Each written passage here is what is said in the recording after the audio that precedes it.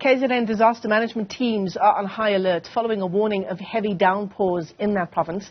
The South African Weather Service says severe thunderstorms are expected in Umzinyathi, Ilembe and King Cetshwayo districts. According to the Weather Service, the inclement weather could lead to localized flooding, destruction of infrastructure and difficult driving conditions.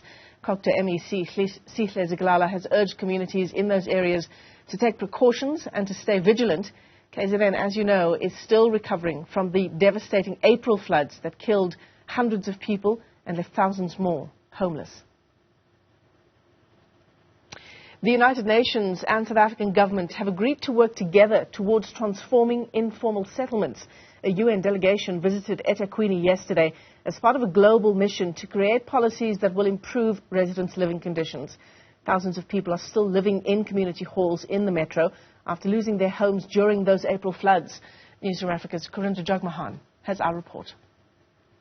The United Nations is launching its Global Action Plan framework on informal settlements and slums. So I really hope that this collaboration will really improve the quality of the life of people.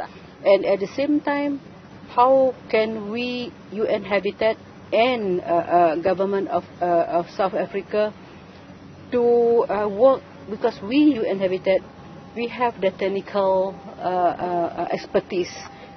They've signed a memorandum of understanding to work closely with the South African government to improve informal settlements here.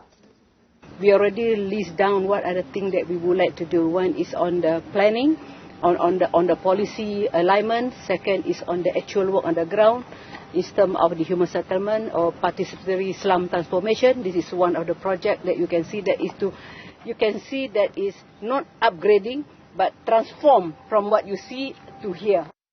The eThekwini municipality is building emergency housing for people who were displaced during floods 5 months ago.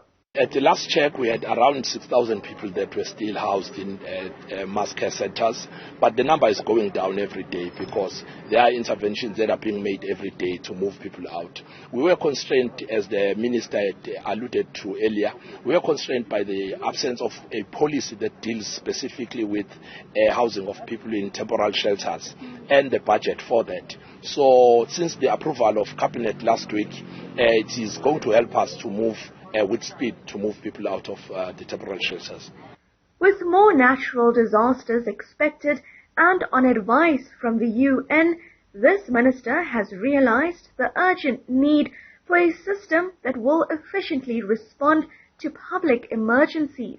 We took long to respond, I must admit, and I always say, even when I went to Cabinet to request an alternative compared to the TRUs, when, as Mr. Pengu was saying, we just got the approvals last week, and I was saying this has been a huge lesson for us. One, in terms of building capacity, even within human settlement, to be able to respond timeously, but also putting systems that are able to respond adequately in time. While this diplomatic visit continues across the country, there are still thousands of people in eThekwini who remain homeless. For Newzroom Afrika on Channel 405, I'm Karinda Jagmohan in Durban.